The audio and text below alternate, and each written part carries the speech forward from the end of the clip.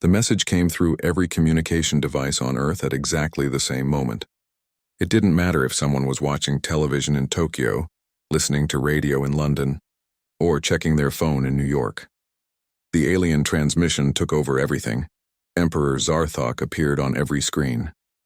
His face looked almost human, except for the third eye in his forehead and the blue scales covering his skin. He sat on a throne made of some metal that seemed to shift colors like oil on water. Behind him, stars moved past massive windows, showing he was on a ship traveling through space. "People of Earth," the Emperor began. His voice was deep and cold. The translation was perfect, speaking in every language at once. "I am Emperor Zarthok of the Korvathian Empire. We rule 47 star systems. Today, your small world joins our collection." In the United Nations building in New York, every ambassador sat frozen in their seats. They had been in the middle of a regular meeting about trade agreements. Now they watched an alien emperor declare war on their entire planet. The emperor continued speaking. "We have watched your broadcasts for many years. We know about your wars, your weapons, your primitive space program. You have barely reached your own moon with chemical rockets. This is like watching children play with sticks while we command the stars." Admiral Chen Wei watched the transmission from the Global Defense Command Center, buried deep under a mountain in Colorado. He was a small man with gray hair and sharp eyes that missed nothing. Around him, hundreds of military officers from every nation worked at computer stations. They had trained for this moment, but none of them had really believed it would happen. "How long until the transmission ends?" Chen Wei asked his aide. "Unknown, sir. They've taken control of our entire communication network." The Emperor's image shifted to show a massive fleet of ships. Each vessel was larger than any human city, covered in weapons that glowed with purple energy. There were thousands of them, floating in formation like a swarm of metal insects. "This is my fleet," Zarthok said. "Each ship carries weapons that can turn your cities to dust in seconds. We have conquered civilizations far greater than yours. Some fought for years. They all fell in the end." Dr. Sarah Reeves watched from her laboratory at MIT. She was supposed to be teaching a physics class, but her students sat silent, staring at the screen. Sarah's hands shook slightly as she took notes. She had spent 20 years studying quantum mechanics, preparing for this exact situation. Her team had made breakthroughs that the public didn't know about, discoveries that even most governments didn't fully understand. The Emperor raised one scaled hand. "But I am not without mercy. You have 30 of your Earth rotations to surrender. Send a message accepting our rule, and your people will live as subjects of the Empire. Your leaders will be replaced, your resources will serve us, but your species will survive. Refuse and we will take your planet by force. The choice is yours." The transmission ended. Every screen went black for a moment before returning to normal. The world exploded into chaos. People ran into the streets. Some screamed. Others prayed. Many just stood still, unable to process what they had just seen. But in secure facilities around the world, a different reaction was taking place. Admiral Chen Wei turned to his staff. "Send the activation code to all Omega sites. It's time." Across the planet, hidden bunkers came to life. Scientists who had worked in secret for decades received the message they had hoped would never come. Earth's real defense network, built in total secrecy over 50 years, began its startup sequence. The President of the United States called an emergency meeting with other world leaders.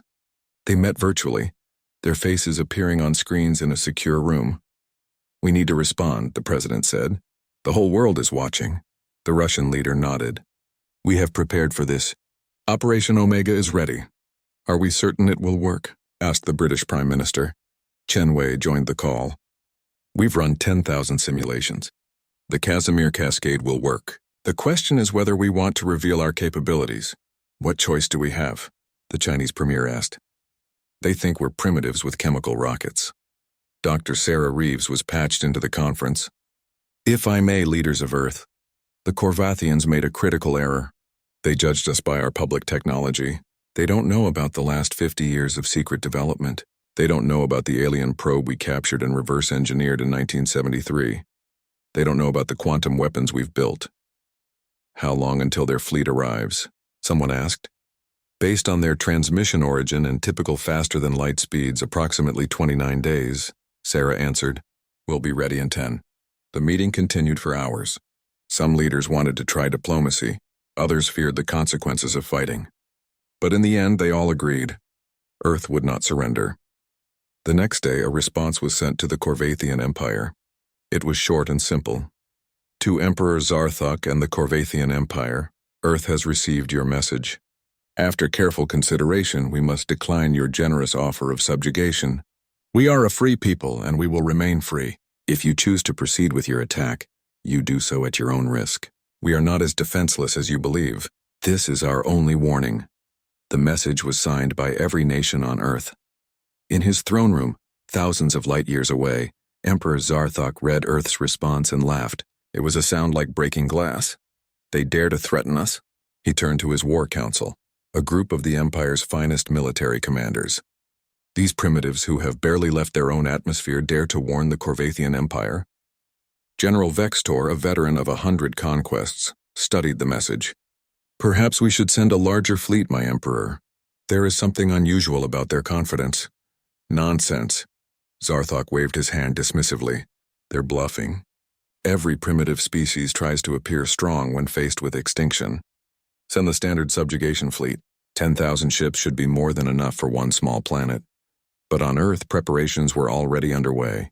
In hidden facilities, engineers checked and rechecked the quantum entanglement nodes that had been secretly placed throughout the solar system. Each node was disguised as space debris or embedded in asteroids. Together, they formed a weapon unlike anything the galaxy had ever seen. Admiral Chen Wei stood in the command center, watching as his staff worked. A holographic display showed the solar system with thousands of green dots representing the hidden nodes. Magnus, are you online? Chen Wei asked. A smooth, artificial voice responded from the speakers. I am here, Admiral. All systems are operational. Probability of successful defense, 97.3%.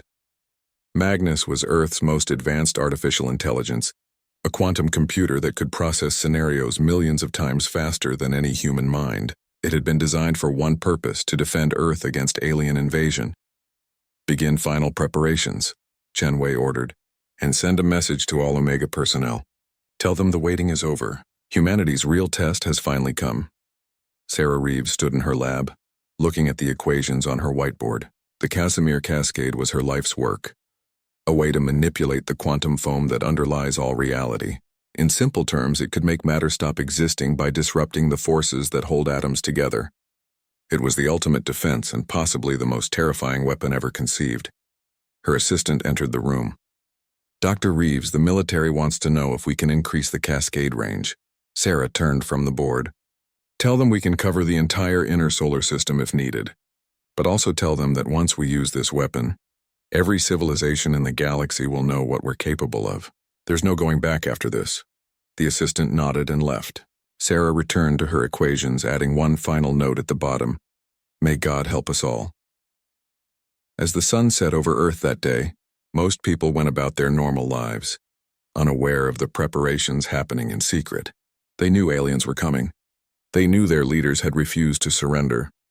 What they didn't know was that humanity had been preparing for this moment since the first radio signals were detected from space decades ago. Earth looked peaceful from orbit, a blue marble floating in the darkness. But beneath that peaceful surface, the most advanced defense system ever created was coming online. Humanity was about to show the galaxy that evolving on a dangerous planet had taught them one crucial lesson. Always be more dangerous than your enemies think you are. The Corvathian War Council gathered in the Empire's military center on their home world of Corvath Prime. The room was massive, with walls made of living crystal that showed real-time images from across their empire.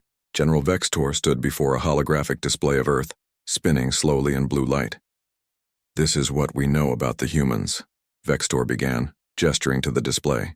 Images appeared around Earth showing human history. They've had nuclear weapons for less than 200 of their years. They've been to their moon a handful of times. Their fastest spacecraft would take 40,000 years to reach our nearest colony. The other commanders laughed. Commander Thaxid, a younger officer eager to prove himself, pointed at an image of human soldiers. Look at their military.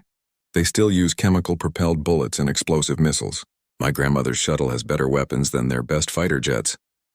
Don't underestimate them completely, Vextor warned. They are remarkably violent for such a young species. Our anthropologists say they've had over 15,000 wars in their recorded history. 15,000? Emperor Zarthok entered the room, his presence making everyone stand at attention. How is that possible? Most species have a few dozen wars before achieving unity. They fight over everything, my emperor, Vextor explained. Land, resources, religion, political ideas, even sports competitions have started wars among them. They seem to enjoy conflict. The emperor moved to the display, studying Earth with his 3 eyes. Interesting, but ultimately irrelevant. A species that wastes energy fighting itself cannot stand against the unified might of an empire. Prepare the standard subjugation fleet. On Earth, very different preparations were taking place. 50 years ago, humanity had detected the first confirmed alien signals from deep space. The discovery had been kept secret from the public to prevent panic. Instead, the world's governments had quietly begun working together on a project that made the Manhattan Project look like a school science fair. Dr. Sarah Reeves stood in a conference room deep underground, addressing a gathering of the world's best scientists. Ladies and gentlemen, the moment we've prepared for has arrived. I know some of you hoped we'd never have to use the Casimir Cascade, but the Korvathians have left us no choice. She activated a holographic display showing the solar system. For those who joined the project recently, let me explain what we've built. 50 years ago, we captured an alien probe that passed through our system. It was damaged, probably lost from some distant civilization. From it, we learned about quantum entanglement on a macro scale, faster-than-light communication, and most importantly, how to manipulate the quantum foam that exists at the smallest level of reality. A younger scientist raised his hand. Dr. Reeves, the energy requirements for the cascade must be enormous. How are we powering it? Sarah smiled slightly. That's the beautiful part. We're using the sun itself. Every node we've hidden in the solar system is connected to collection satellites near Mercury. They've been gathering and storing solar energy for 30 years. We have enough power to run the cascade for 7 minutes. Based on our calculations, we'll only need 4. In the Global Defense Command Center, Admiral Chen Wei met with his top strategists. The room's walls showed feeds from telescopes and sensors all around the solar system. Magnus, show us the trap configuration, Chen Wei ordered. The artificial intelligence responded immediately, displaying a 3-dimensional map of the solar system. Thousands of green dots appeared, forming a pattern from Mars to Earth. As you can see, Admiral, Magnus explained, we have positioned 4,631 quantum nodes throughout the inner solar system. When activated simultaneously, they will create a cascading field that disrupts the strong nuclear force within any matter in the target area. In simple terms? Asked General Harrison from the British Space Force. In simple terms, General, any ship caught in the field will have its atoms stop holding together. The ships won't explode, they'll simply cease to exist as matter and become energy. According to Einstein's equation, the room was silent for a moment as everyone absorbed this information. What about collateral damage? Someone asked. Minimal, Magnus responded. The field is highly targeted. We can shape it to avoid planets, moons, and our own installations. Think of it as a net that only catches what we want it to catch. Chen Wei nodded. And they'll never see it coming because the nodes are hidden? Correct. To any scanning technology, they appear as normal space debris or asteroid fragments. The Korvathian scans will show an almost defenseless Earth with no visible fleet or orbital defenses. Meanwhile, on Korvath Prime, the invasion fleet was being assembled. 10,000 ships gathered in formation above the planet. Each vessel was a masterpiece of alien engineering, armed with plasma cannons, antimatter torpedoes, and shields that could withstand the heat of a star's surface. Emperor Zarthok stood on the bridge of his flagship, the Infinite Dominion. The ship was 12 kilometers long, its hull covered in weapon ports and sensor arrays. Around him, his crew prepared for what they assumed would be an easy conquest. My Emperor, his science officer reported, we've been analyzing Earth's response message. Our linguists find their confidence puzzling. Explain, Zarthok ordered. Well, they seem genuinely unconcerned about our approach. Either they're completely delusional or what? Or they know something we don't. Zarthok laughed. What could they possibly know? We've conquered species with technology 1,000 years more advanced than theirs. We've fought beings that could manipulate gravity, races that had mastered biological warfare, civilizations that spanned entire sectors.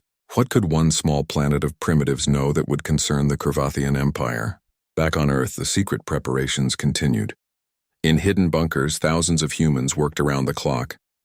They weren't just military personnel. They were physicists, engineers, programmers, and technicians from every nation. For the first time in human history, the entire species was truly working together. Dr. Yuki Tanaka, a Japanese quantum physicist, ran final tests on node 2847, hidden inside an asteroid in the belt between Mars and Jupiter. Control, this is Station Ninja. Node responsive and fully charged. Quantum entanglement stable. Similar reports came in from all over the solar system. Each node had been carefully placed over decades, disguised as mining operations, scientific expeditions, or satellite deployments. The alien probe captured in 1973 had given humanity just enough technology to prepare, but not enough to leave their solar system. They had become the ultimate defensive species, unable to attack others but nearly impossible to conquer. In her private laboratory, Sarah Reeves worked on final calculations with her team. The equations covered every wall, written and rewritten as they perfected the cascade effect. The timing has to be perfect, she explained to her assistants. If we activate too early, they might detect the quantum field fluctuations and retreat. Too late, and some ships might get through before the cascade completes. What about their shields? An assistant asked. The intelligence reports say Corvathian shields can withstand almost anything. Sarah looked at the young man with a grim smile. Their shields are designed to stop energy and matter, lasers, projectiles, explosions. But we're not hitting them with any of those things. We're removing the forces that hold their ships together at the subatomic level. Their shields can't stop that any more than an umbrella can stop you from aging. The Emperor's fleet began its journey to Earth, jumping through hyperspace in a display of power meant to intimidate any species watching. They broadcast their approach on all frequencies, wanting Earth to see death coming. But in the command center, Admiral Chen Wei watched their approach with calm satisfaction. They're following the predicted route exactly. Magnus probability of successful interception, 99.2%, Admiral. The Corvathians are proceeding with standard invasion protocol, exactly as our simulations predicted. Chen Wei turned to his staff. Send word to all stations.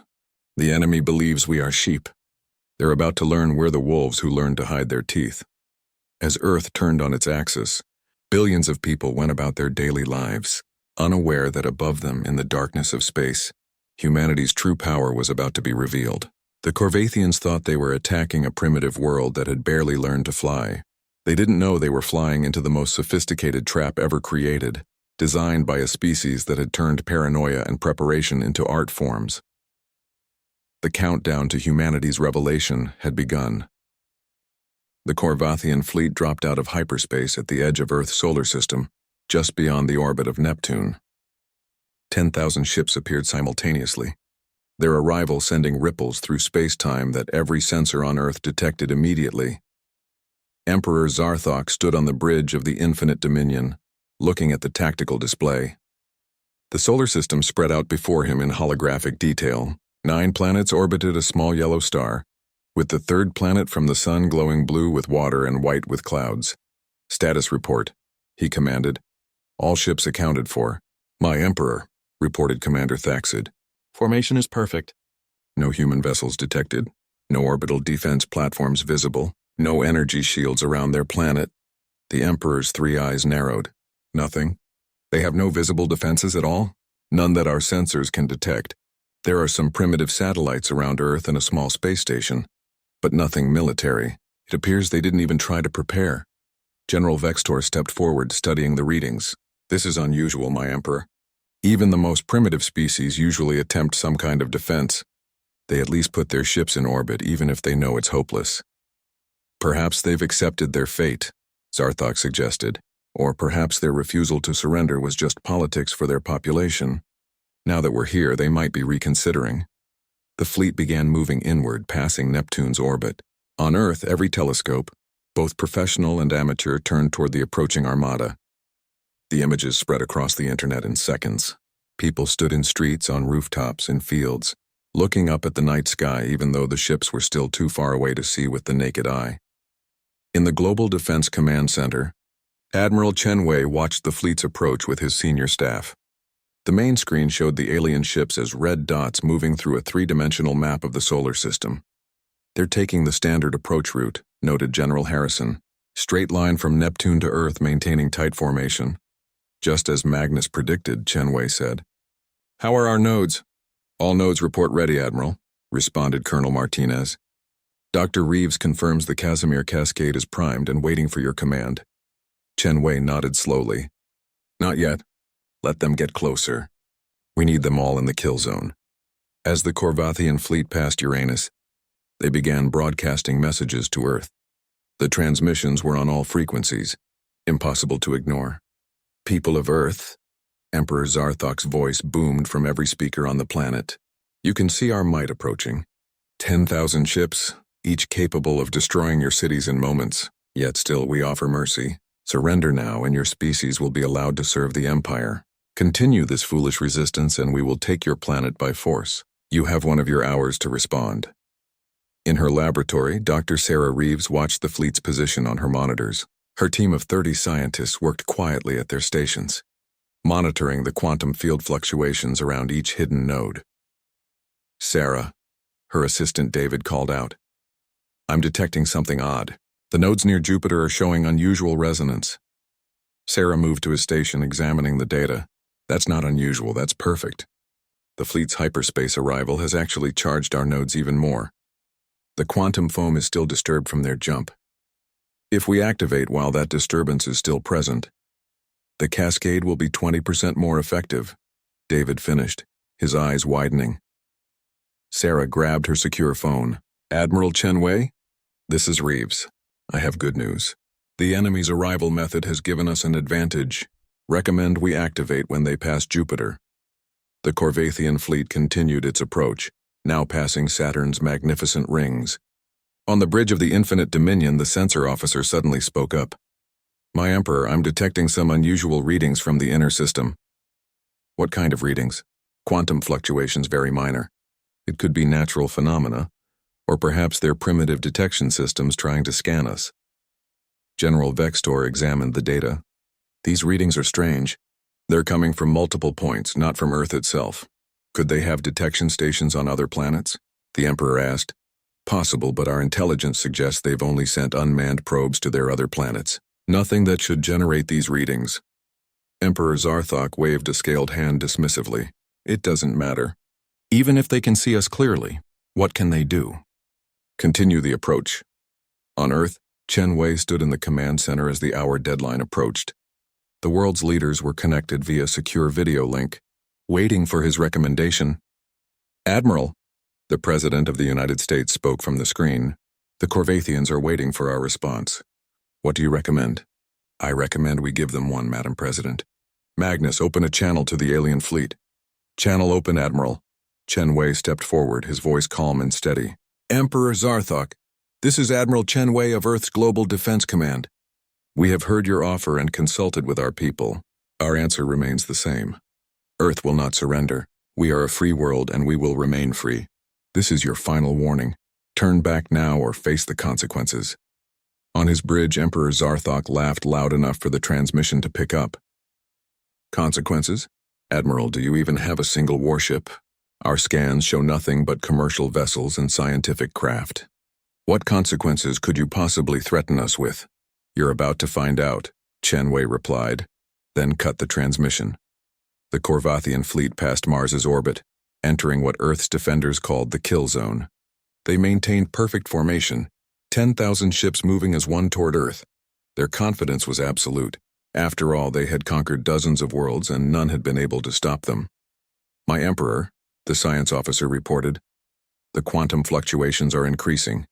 They seem to be coming from debris fields and asteroids throughout the inner system." "Are they attempting to hide ships in the asteroid belt?" Zarthok asked. "Negative. These readings are different. I've never seen anything quite like them." General Vextor moved to the science station, his experienced eyes studying the data. "These patterns, they're too regular to be natural. It's almost like—" He stopped, his scales paling slightly. "Like what, General?" the Emperor demanded. "Like a massive array of some kind. But that's impossible. It would take thousands of installations. all perfectly synchronized. No species could build such a thing without us detecting it. In her laboratory, Sarah Reeves watched as the last of the Corvathian ships entered the kill zone. Every node was showing green on her status board.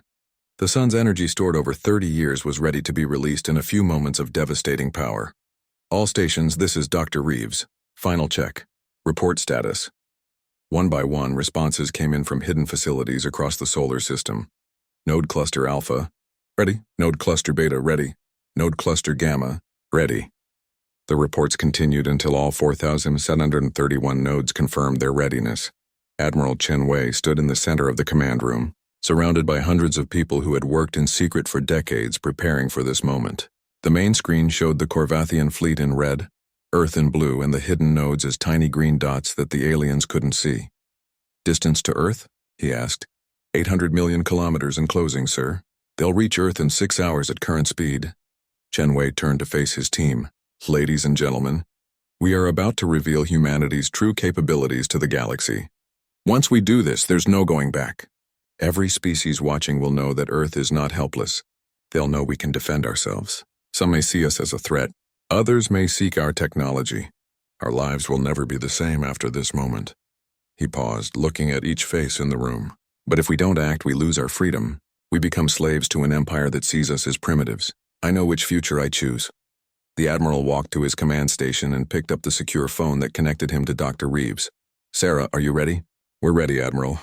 Just give the word. Chen Wei looked at the tactical display one more time. The Corvathian fleet was perfectly positioned. Every single ship within the Cascade field. He thought about all the years of preparation, all the brilliant minds that had worked in secret, all the sacrifices made to build Earth's hidden defense. Dr. Reeves, he said clearly, you are authorized to initiate the Erasure Protocol. Activate the Casimir Cascade.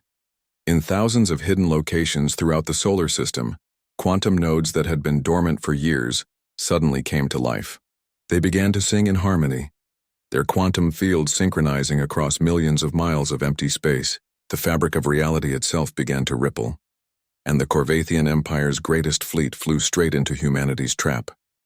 Dr. Sarah Reeves pressed the activation key, and across the solar system, 4,731 quantum nodes awakened simultaneously. Each node began vibrating at a frequency that existed beneath the level of normal matter, in the quantum foam that underlies all reality. On the bridge of the infinite dominion, alarm suddenly screamed to life. My Emperor! The science officer shouted. Massive energy surge detected. The readings are... This can't be right. What is it? Zarthok demanded, moving to the sensor station. The space around us is changing. The quantum field is destabilizing. I've never seen anything like this. General Vextor looked at the readings, his 3 eyes widening in horror. This is a weapon. They've turned space itself into a weapon. Shields to maximum, the Emperor commanded. All ships, emergency power to shields. But it was already too late. The Casimir Cascade had begun. The first ship to be affected was a destroyer on the edge of the formation. Its crew watched in confusion as their shields, designed to stop any known weapon in the galaxy, did nothing to prevent what happened next. The cascade didn't hit the ship, it simply arrived like dawn breaking. The hull of the destroyer began to shimmer, as if it were made of water disturbed by a stone. Then, starting from the front and moving backward, the ship began to dissolve. Not melt, not explode, but dissolve. The atoms that made up the vessel stopped holding together. The strong nuclear force that kept protons and neutrons bound in atomic nuclei simply ceased to function. The destroyer became a cloud of subatomic particles, then pure energy, then nothing at all. The entire process took 4 seconds. On Earth, billions watched on screens as the alien fleet began to disappear. The cascading field spread from node to node, creating a 3-dimensional net of quantum disruption that no shield could stop, no armor could resist, and no technology could prevent. Admiral Chen Wei stood silent in the command center, watching as ship after ship ceased to exist. Around him, his staff watched in awe and horror at what they had unleashed. My God, General Harrison whispered. We actually did it. We're erasing them from existence. Magnus, Chen Wei said quietly. Time to complete erasure? At current cascade speed, 4 minutes and 32 seconds, Admiral. On the Infinite Dominion, panic had replaced confidence. Emperor Zarthok watched his fleet disappearing before his eyes. Hundreds of ships were already gone, turned into quantum foam and background radiation. "Get us out of here," he screamed. "Emergency hyperspace jump." "We can't," the navigation officer replied, terror in his voice. "The quantum field is preventing hyperspace formation. We're trapped." General Vextor turned to his emperor. "The humans, they knew. They knew we would come this way. They knew we wouldn't scan for this type of weapon because it shouldn't exist. No species this young should have quantum manipulation technology. Fire all weapons," Zarthok commanded. "Destroy Earth before we're erased." The remaining ships of the fleet opened fire, sending thousands of antimatter torpedoes and plasma beams toward Earth. But the weapons never made it far. As they entered the cascade field, they too dissolved into nothingness. Matter and antimatter alike were reduced to their component quarks, then to energy, then to nothing. In her laboratory, Sarah Reeves monitored the cascade's progress.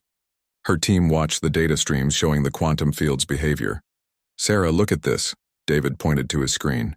"The cascade is actually getting stronger. It's feeding on the energy from the dissolved ships." Sarah nodded grimly.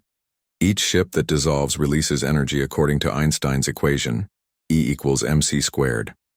That energy is being absorbed by the cascade, making it stronger and faster. It's a chain reaction we couldn't have planned better. The Emperor's fleet tried everything. They fired weapons, raised shields, attempted to ram through the field, even tried to detonate their own power cores to break the cascade. Nothing worked. The quantum disruption treated all matter the same way. It simply made it stop being matter. 3 minutes into the erasure, only 1,000 ships remained. They huddled together in the center of the formation, as if proximity to each other could somehow save them. Emperor Zarthok opened a communication channel to Earth. His face appeared on screens across the planet. But gone was the arrogance, the cold confidence. Now there was only fear. "What are you?" he asked, his voice breaking. "What kind of species developed such a weapon? You were supposed to be primitives. You barely have spaceflight." Admiral Chen Wei activated his response channel. "We are humans, Emperor. We evolved on a world that tried to kill us every day. We learned to use tools because we had no claws. We learned to use fire because we had no fur. We learned to work together because alone we were prey. And when we detected signs of life in the universe, we learned to defend ourselves because we knew that not all who came to our door would come in peace." "This is impossible," Zarthok said. "The energy requirements alone." "We've been storing solar energy for 30 years, Chen Wei replied. "Every joule of power from our sun that we could capture without being detected. We turned our entire star system into a weapon, Emperor. You never stood a chance, please," the Emperor said, and the word seemed to physically pain him. "Stop this. We surrender. We'll leave and never return." Chen Wei shook his head. "I'm sorry, Emperor. The cascade can't be stopped once it starts. We designed it that way to prevent any possibility of failure. Your fleet has less than 90 seconds. On the bridge of the Infinite Dominion, General Vextor placed a hand on his Emperor's shoulder. "It was an honor serving you, my lord." Zarthok straightened, recovering some of his dignity in his final moments. "Tell me, Admiral Chen Wei, how long have your people been preparing for this?" "Since 1973, Chen Wei answered. "We found a damaged probe from some other civilization. It taught us just enough about quantum mechanics to build this defense. We've been paranoid ever since, preparing for the day someone like you would come." "Paranoid," the Emperor repeated, and actually laughed. "We thought paranoia was weakness. Perhaps it's actually evolution." The cascade reached the final cluster of ships.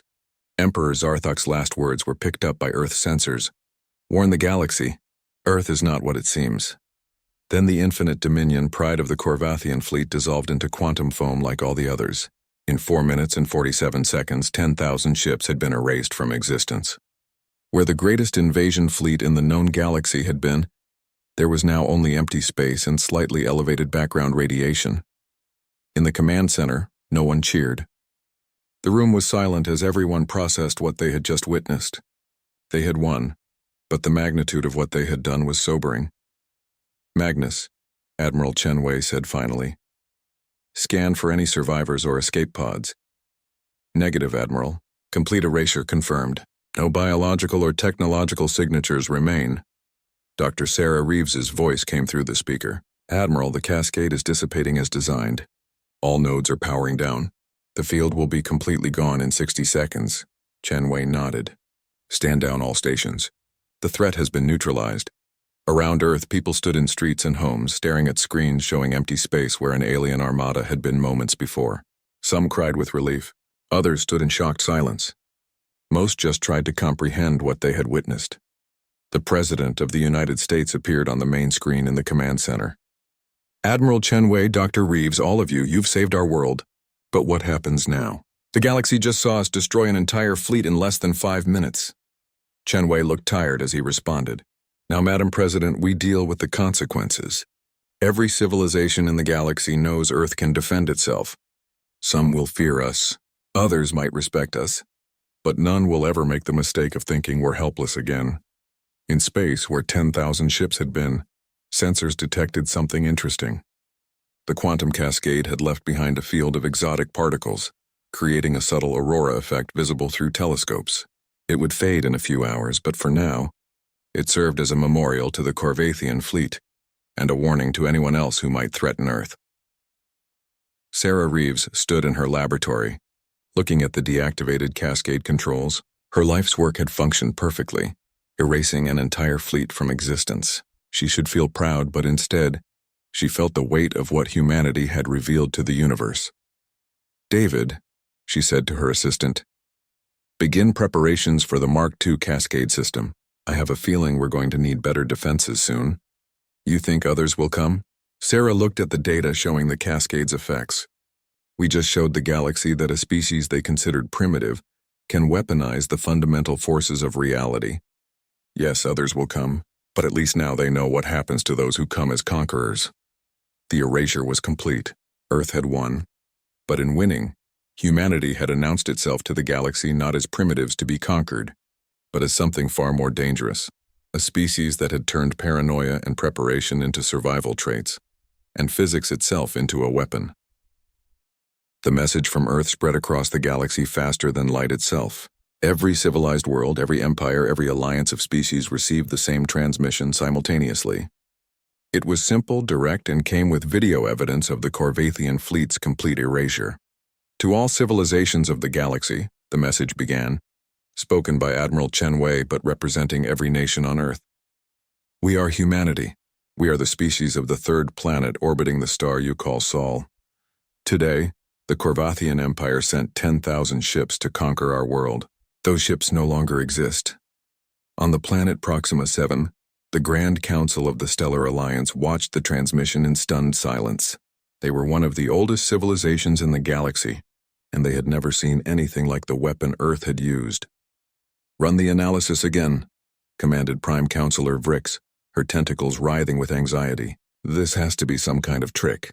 It's no trick, replied their chief scientist. The quantum signatures are real. The humans somehow manipulated the Casimir effect on a massive scale. They destabilized the strong nuclear force across an entire fleet. This shouldn't be possible for a Class 1 civilization. They're not Class 1 anymore, Vrix said quietly. Any species that can build such a weapon jumps immediately to Class 3, maybe Class 4. The Earth transmission continued. We evolved on a death world. We split the atom before we cured common diseases. We touched our moon with chemical rockets and determination. Every challenge our world threw at us we overcame by being more stubborn, more creative, and more dangerous than the problem we faced. On Earth, the planet was transforming rapidly. The secret was out. Humanity possessed technology that could erase entire fleets. Within hours of the Corvathian fleet's destruction, Earth received 17 different first contact messages from civilizations that had been watching, but had never bothered to introduce themselves. Admiral Chen. We sat in a conference room with world leaders and Dr. Sarah Reeves, reading through the alien messages. The Altarian Confederation wants to establish trade relations, the U.S. President read from her tablet. They're offering faster-than-light technology in exchange for a non-aggression pact.